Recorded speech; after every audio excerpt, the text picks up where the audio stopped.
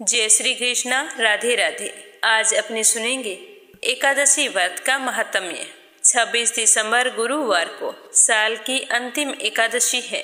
पोष माह के कृष्ण पक्ष की एकादशी होने के कारण यह सफला एकादशी के नाम से जानी जाती है। इस दिन व्रत रखकर सच्चे मन से विष्णु भगवान की पूजा करने से व्यक्ति के सारे मनोरथ पूर्ण होते हैं। उसे अपने हर कार्य में सफलता मिलती है। अपने जीवन के समस्त सुखों का भोग करता हुआ अंत में वह मोक्ष धाम को जाता है। तो आज अपने सुनेंगे एकादशी व्रत का महात्म्य। तो सारे विष्णु भक्त श्रद्धा भाव से इस महात्म्य को अंत तक सुने और विष्णु जी से अपने मंगल जीवन की कामना करें, ताकि भगवान श्री हरि विष्णु का आशीर्वाद आप सब पर हमेशा बना रहे। बोलो विष्णु भगवान के अनंत स्वरूपों की जय हो। एक समय की बात है, सब धर्मों के ज्ञाता, वेद और शास्त्रों के अर्थ ज्ञान में पारंगत, सबके हृदय में रमण करने वाले, श्रीमन नारायण के तत्व को जानने वाले तथा भगवत परायण भक्त शिरोमणि प्रहलाद जी जब सुखपूर्वक बैठे हुए थे, तो उस समय उनके समीप सब धर्म का पालन करने वाले महर्षि जन कुछ पूछने के लिए वहां आए। महर्षियों ने कहा कि प्रहलाद जी, आपको प्रणाम है। हम आज आपसे कुछ पूछने की इच्छा रखते हैं। तो उन्होंने कहा कि निसंकोच कहिए। तो महर्षियों ने कहा कि प्रहलाद जी, आप ऐसा कोई साधन बताइए जिससे ज्ञान, ध्यान और इंद्रिय निग्रह के बिना ही अनायास भगवान नारायण का परम पद प्राप्त हो जाए। तो ऋषियों के ऐसा पूछने पर संपूर्ण लोगों के हित के लिए उद्धत रहने वाले विष्णु भक्त महाभाग प्रहलाद जी ने इस प्रकार कहा कि महर्षियों, जो 18 पुराणों का सार से भी सारतर तत्व है, जिसे कार्तिकेय जी के पूछने पर भगवान शंकर ने उन्हें बताया था, मैं उसका वर्णन करता हूँ। ध्यान पूर्वक सुनना कि जो कली काल में एकादशी का व्रत रात्रि जागरण पूर्वक करते हैं एवं वैष्णव शास्त्र का पाठ करता है, उसके कोटि कोटि जन्मों के किए हुए 4 प्रकार के पाप नष्ट हो जाते हैं। जो एकादशी के दिन वैष्णव शास्त्र का उपदेश करता है, उसे मेरा भक्त जानना चाहिए। जिसे एकादशी व्रत को करने में कोई संशय नहीं होता तथा रात्रि जागरण में निद्रा नहीं आती, जो उत्साह पूर्वक नाचता और गाता है, वही मेरा विशेष भक्त है। मैं उसे उत्तम ज्ञान देता हूँ और भगवान विष्णु मोक्ष प्रदान करते हैं। अतः मेरे भक्त को विशेष रूप से एकादशी व्रत एवं व्रत के दिन रात्रि में जागरण करना चाहिए। जो कोई भगवान विष्णु से वैर रखते हैं, उन्हें पाखंडी जानना चाहिए, और जो एकादशी की रात्रि को जागरण भजन करते हुए रात बिताते हैं, उन्हें आधे निमेष मात्र में अग्निटोम तथा अति रात्र यज्ञ के समान फल प्राप्त होता है। जो रात्रि जागरण में बारंबार भगवान विष्णु के मुखारविंद का दर्शन करते हैं, उनको भी वही फल प्राप्त होता है।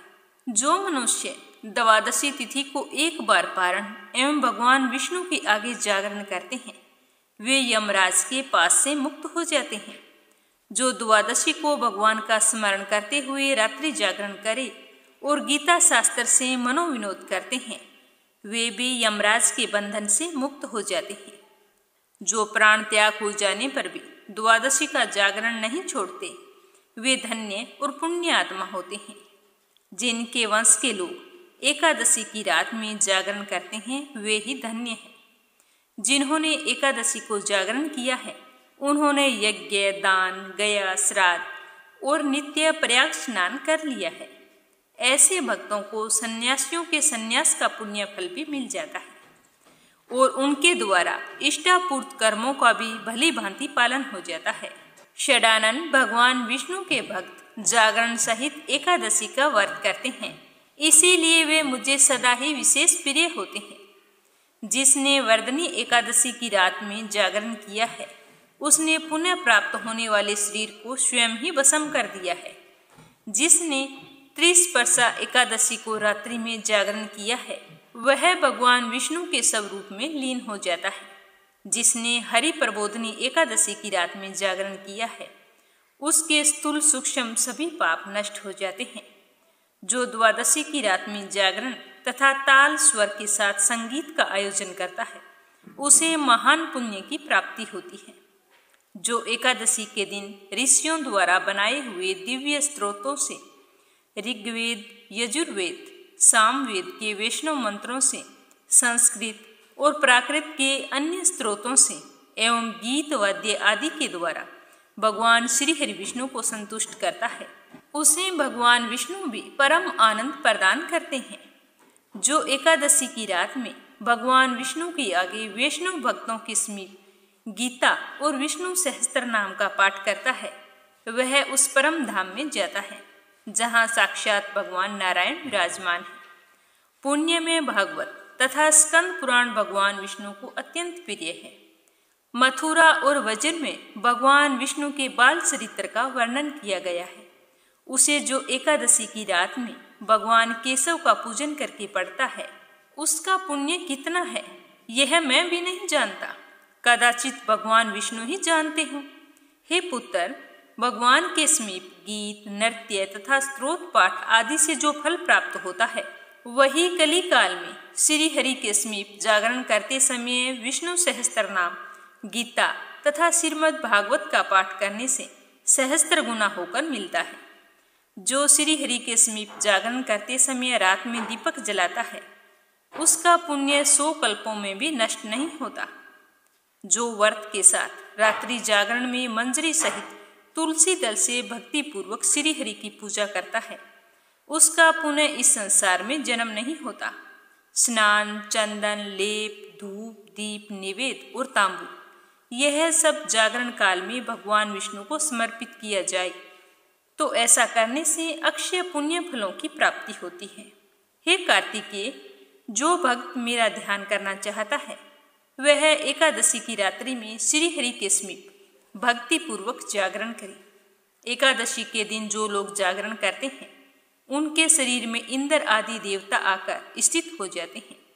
जो जागरण काल में महाभारत का पाठ करते हैं, वे उस परम धाम में जाते हैं जहाँ सन्यासी महात्मा जाया करते हैं।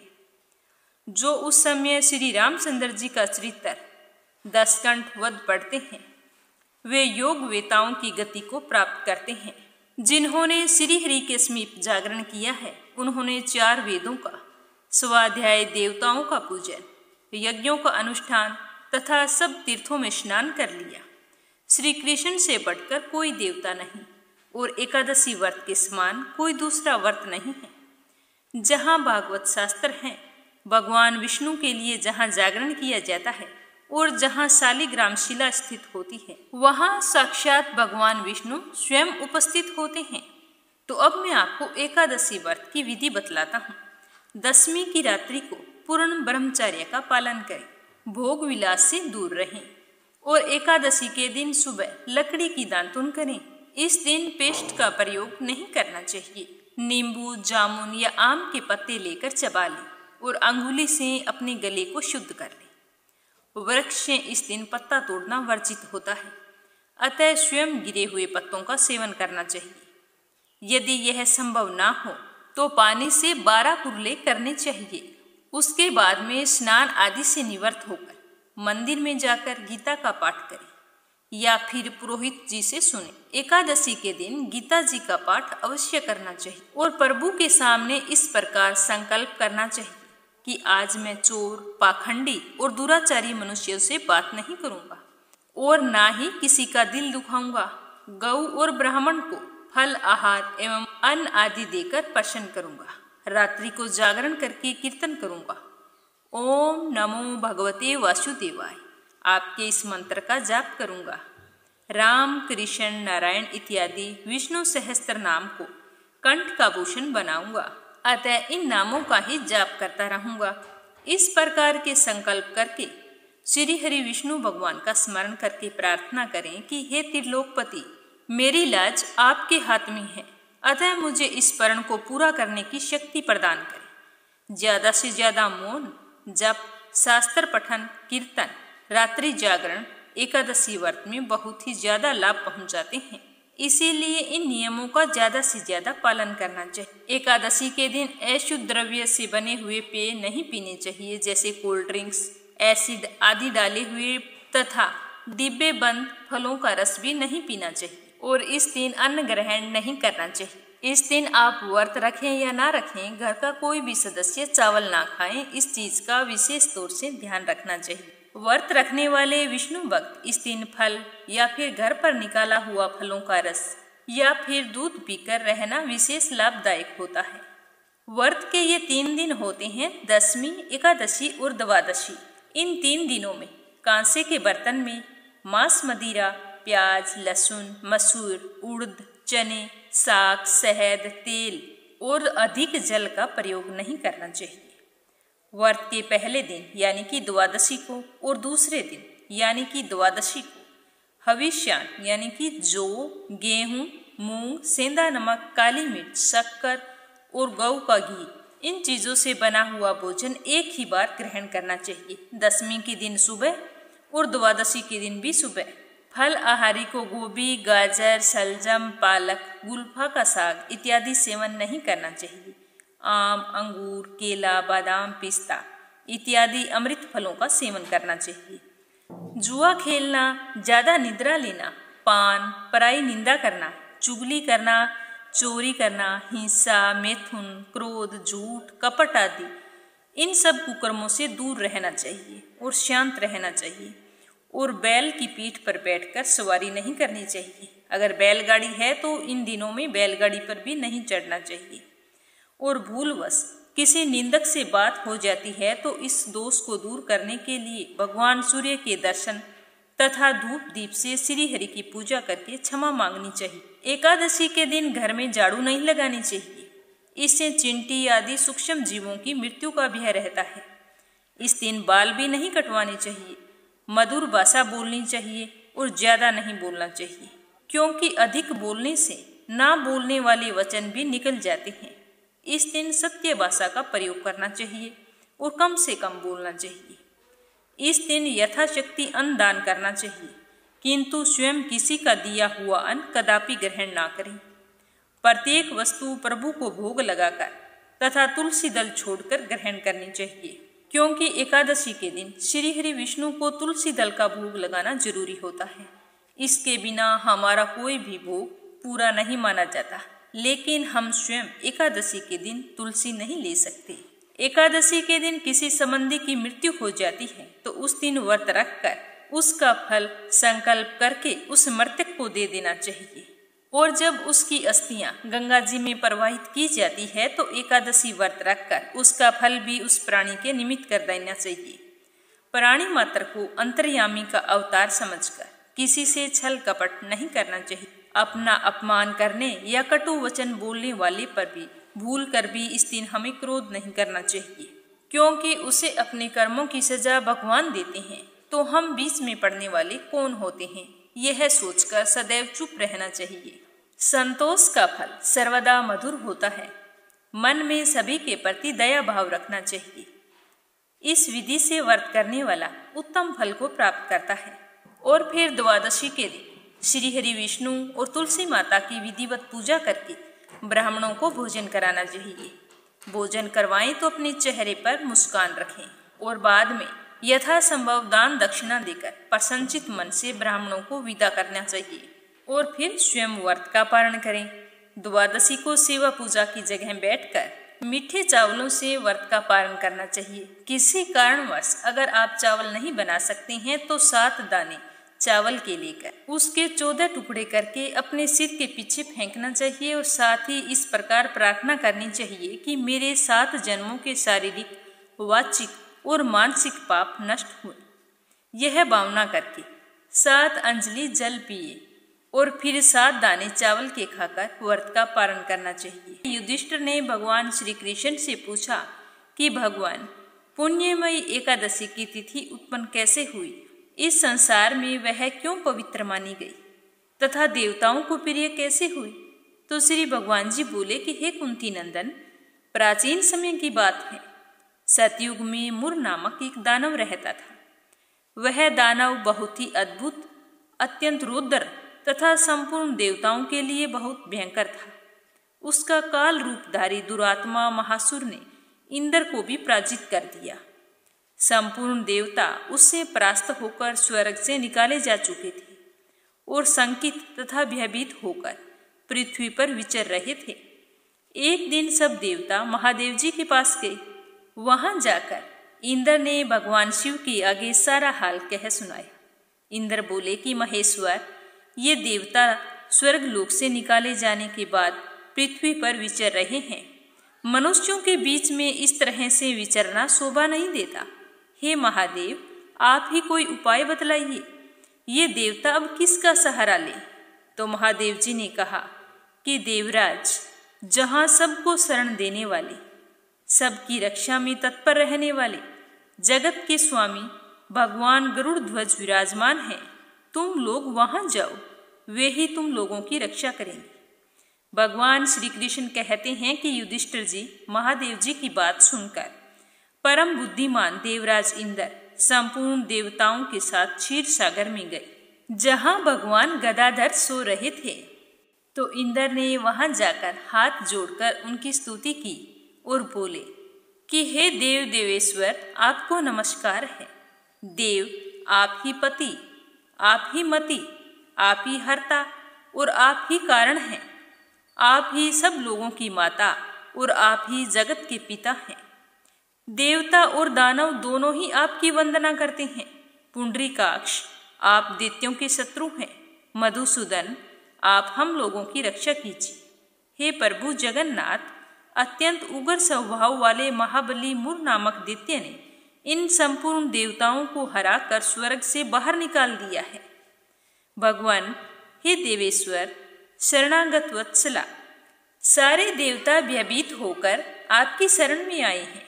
दानवों का विनाश करने वाले कमल नयन भक्त वत्सल देवेश्वर जनार्दन, हमारी रक्षा कीजिए, रक्षा कीजिए। हे भगवान, शरण में आए हुए देवताओं की सहायता कीजिए।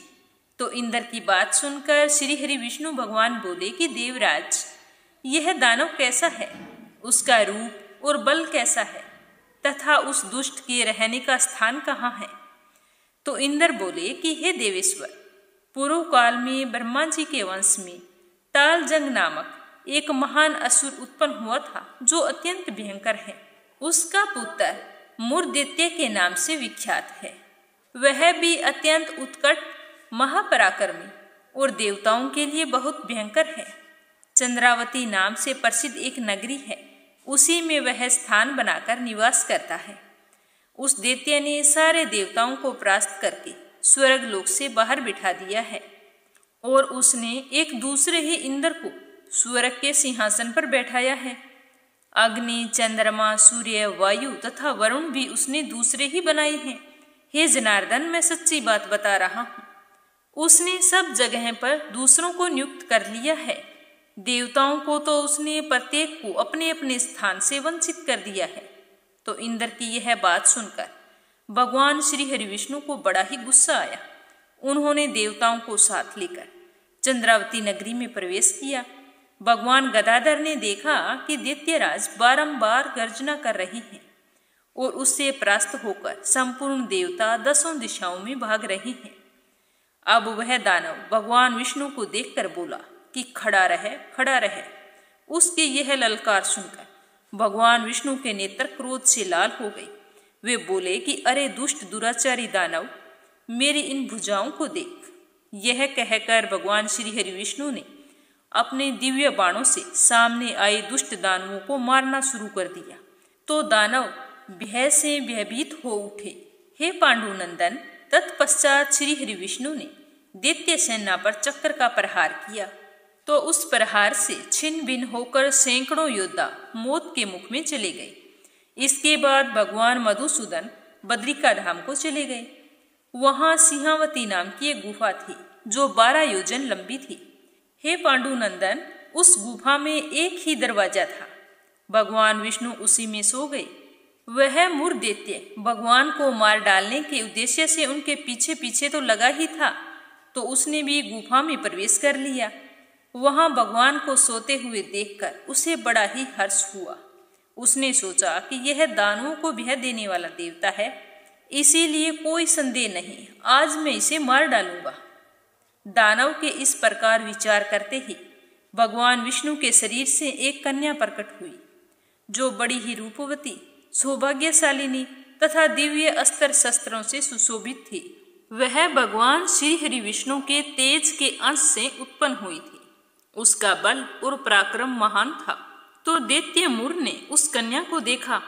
कन्या ने युद्ध का विचार करके दानव के साथ युद्ध के लिए याचना की। युद्ध छिड़ गया। कन्या सब प्रकार की युद्ध कला में निपुण थी, लेकिन वह महान असुर उस कन्या के हुंकार मात्र से ही जलकर राख हो गया। दानव के मारे जाने पर भगवान जाग उठे। उन्होंने दानव को धरती पर इस प्रकार निष्प्राण पड़ा देखकर कन्या से पूछा कि मेरा यह शत्रु अत्यंत उग्र और भयंकर था, इसका वध किसने कर दिया? तो वह कन्या बोली कि हे स्वामिन, आपके ही प्रसाद से मैंने इस महादैत्य का वध किया है। तो श्री भगवान जी ने कहा कि कल्याणी, तुम्हारे इस कर्म से तीनों लोकों के मुनि और देवता आनंदित हुए हैं। अतः तुम्हारे मन में जैसी भी इच्छा हो उसके अनुसार मुझसे कोई वर मांग लो। देव दुर्लभ होने पर भी वह वरदान मैं पूरा करूंगा, इसमें कोई संदेह नहीं है, निसंकोच कहो। उस दिन एकादशी तिथि थी। उसने कहा कि हे प्रभु, यदि आप मुझ पर इतना प्रसन्न हैं तो मैं आपकी कृपा से सब तीर्थों में प्रधान, समस्त विघ्नों का नाश करने वाली तथा सब प्रकार की सिद्धि देने वाली देवी हूँ। हे जनार्दन, जो लोग आप में भक्ति रखते हुए आज के दिन उपवास करेंगे उन्हें सब प्रकार की सिद्धि प्राप्त हो। हे माधव, जो लोग उपवास बिना भोजन के अथवा एक वक्त भोजन ग्रहण करके मेरे व्रत का पालन करें, उन्हें आप धन, धर्म और मोक्ष प्रदान करें। परम दयालु भगवान श्री हरि नारायण बोले कि कल्याणी, तुम जो कहती हो वह सब पूर्ण होगा। और आज एकादशी तिथि है तो तुम एकादशी माता के नाम से जानी जाओगी। तो ऐसा वरदान पाकर महाव्रता एकादशी बहुत ही प्रसन्न हुई। दोनों पक्षों की एकादशी समान रूप से कल्याण वाली होती है। इसमें शुक्ल और कृष्ण का भेद कभी नहीं करना चाहिए। यदि उदय काल में थोड़ी सी भी एकादशी, मध्य में पूरी द्वादशी और अंत में किंचित त्रयोदशी हो तो वह त्रिस्पर्शा एकादशी कहलाती है। ऐसी एकादशी भगवान को बहुत ही प्रिय होती है। यदि एक त्रिस्पर्शा एकादशी का उपवास कर लिया जाए तो 1000 एकादशी व्रतों का फल प्राप्त होता है। इस प्रकार द्वादशी में पारण करने पर 1000 गुना फल माना गया है। अष्टमी, एकादशी, षष्ठी, तृतीया और चतुर्दशी ये तिथि पूर्व तिथि से विद्ध हो तो इनमें व्रत नहीं करना चाहिए। परिवर्तनीय तिथि से युक्त होने पर ही इनमें उपवास का विधान है।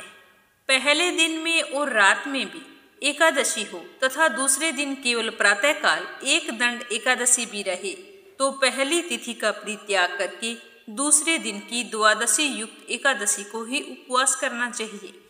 यह विधि मैंने दोनों पक्षों की एकादशी के लिए बताई है। जो मनुष्य एकादशी को उपवास करता है वह वैकुंठ धाम को जाता है, जहाँ साक्षात भगवान गरुड़ध्वज विराजमान रहते हैं। जो भक्त हर समय एकादशी के महात्म्य का पाठ करता है उसे 1000 गौ दान पुण्य फलों की प्राप्ति होती है। जो कोई भक्त दिन या रात में भक्ति पूर्वक इस महात्म्य को सुनते हैं या पढ़ते हैं वे निसंदेह ब्रह्म हत्या आदि पापों से मुक्त हो जाते हैं। एकादशी के समान पाप नाशक व्रत कोई दूसरा नहीं है। तो आज एकादशी का महात्म्य सुनकर आपको कैसा लगा कमेंट बॉक्स में जरूर बताना। और कथा समाप्त होते ही विष्णु जी का जयकारा अवश्य लगाना, जैसा कि आप रोजाना हर कथा के शुरू में और अंत में लगाते हैं। भगवान के प्रति आपकी श्रद्धा भक्ति बहुत ही सराहनीय है। हमारी दुआ है कि भगवान श्री हरि विष्णु आपकी सारी मनोकामनाएं पूर्ण करें। आप हमेशा खुश रहें, तंदुरुस्त रहें और इस चैनल पर प्रस्तुत होने वाली हर वीडियो को इतने ही श्रद्धा भाव से सुनें। जय श्री कृष्णा, राधे राधे।